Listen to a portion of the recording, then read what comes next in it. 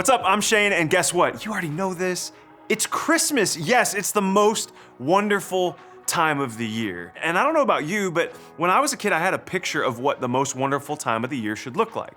I was born in Michigan, which is a pretty cold and sometimes snowy place, but when I turned 7, we moved to Arizona, which is the exact opposite of that. So I had an idea of what Christmas should look and feel like, right? Like snowy, you're warm and cozy by a fire with like tea or coffee. I didn't know as a kid what was in that mug, but it didn't matter. I just knew that it was supposed to have a certain vibe and a certain feel to it. But in Arizona, which is a desert, it went a little bit differently.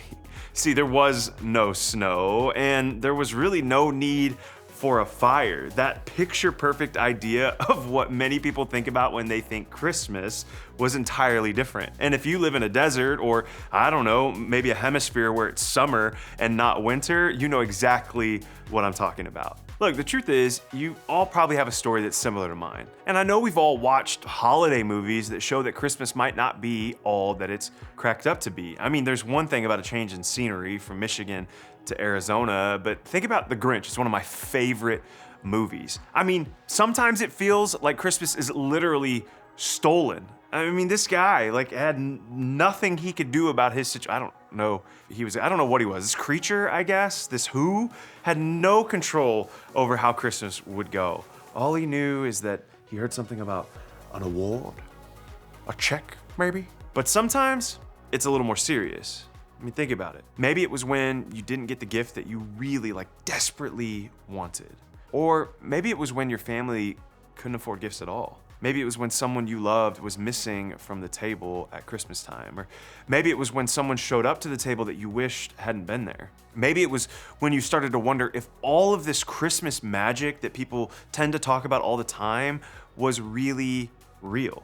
Or maybe it was when you started to feel less joy and excitement and more dread and anxiety about the Christmas season. Look, whatever the cause, at some point you've likely had the thought, is Christmas really all about the joy and the light and the love that everyone says it's about? Or is the stress and struggle and sadness that sometimes surrounds the season, is all of that here to stay? Look, I've been there too, and that's why I think the best way to solve our Christmas dilemma is to go back to the beginning, to take a fresh look at that very first Christmas to understand what the season really means to us. To see that the hero of our story didn't drop from heaven like some superhero or magical figure. To discover that the real story of Christmas is about, well, a kid.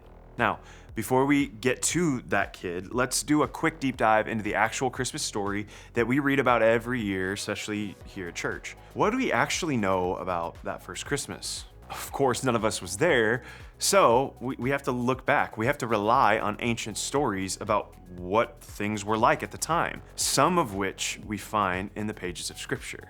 2 people gave us specific details about this kid and about that first Christmas. Matthew, one of Jesus' disciples, and Luke, who was a doctor turned journalist and biographer on Jesus' life. Luke's account is the most detailed, so it's the one that we'll start with today. Since even Luke wasn't around for Jesus' birth, he probably got his information from someone who was. Many believe he likely interviewed Jesus' mother, Mary, when doing his research. How cool is that? Let's just take a look at his account. In those days, a decree went out from Caesar Augustus that all the world should be registered. This was the first registration and was taken while Quirinius was governor of Syria. All went to their own towns to be registered. Joseph also went from the town of Nazareth in Galilee to Judea to the city of David called Bethlehem, because he was descended from the house and family of David. He went to be registered with Mary, to whom he was engaged and who was expecting a child. While they were there, the time came for her to deliver her child, and she gave birth to her firstborn son and wrapped him in bands of cloth and laid him in a manger, because there was no place in the guest room. With Luke's words in mind, let's start with what the scripture actually tells us about that first Christmas. Joseph and Mary were engaged. Mary was pregnant. They left Nazareth to go to Bethlehem for a census, which is a count of people in a specific region, or it's just that registration that Luke was talking about. And while they were in Bethlehem, Mary delivered a baby. He was laid in a manger because the place that they were staying was also a place where animals stayed. So there's just 5 key details.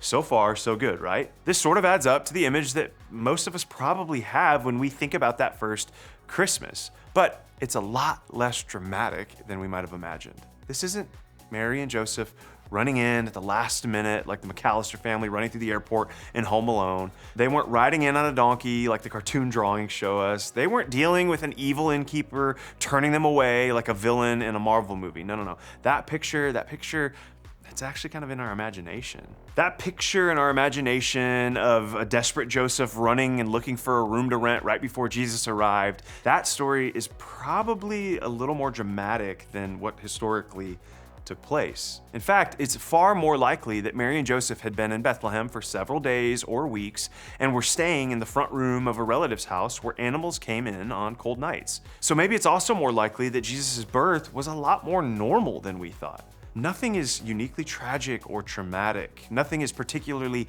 exciting or magical. There's a good chance that that's how it was. It seems like God took care of every detail, and maybe that's the real miracle to remember. The miracle of Christmas is not that Jesus was born in a barn because that's all Joseph was able to find. The miracle of Christmas is not a baby arriving in an unexpected place. The miracle of Christmas is not about the animals or the setting or even the other people there. The miracle of Christmas is simply Jesus.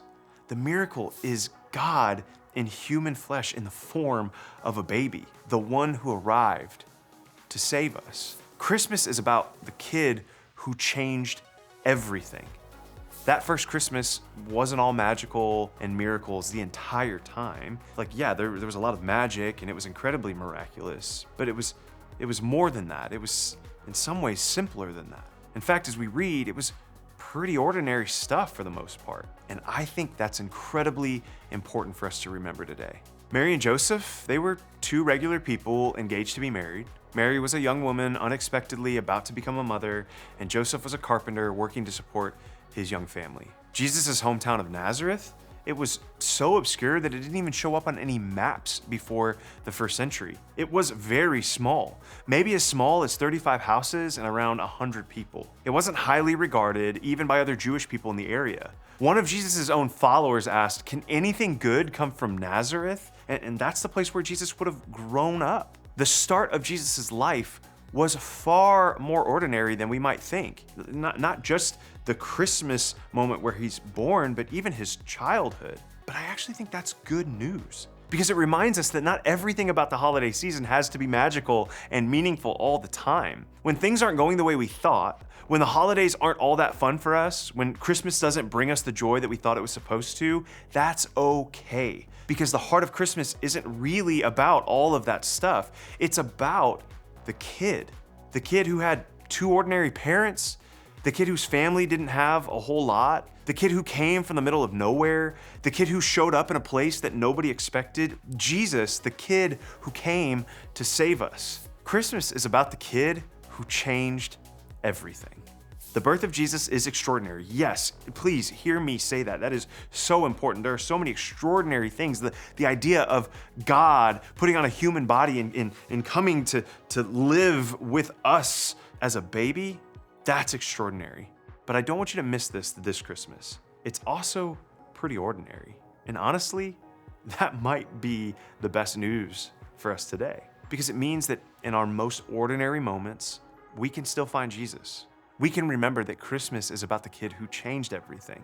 And here's how I think we can start to do this Christmas season.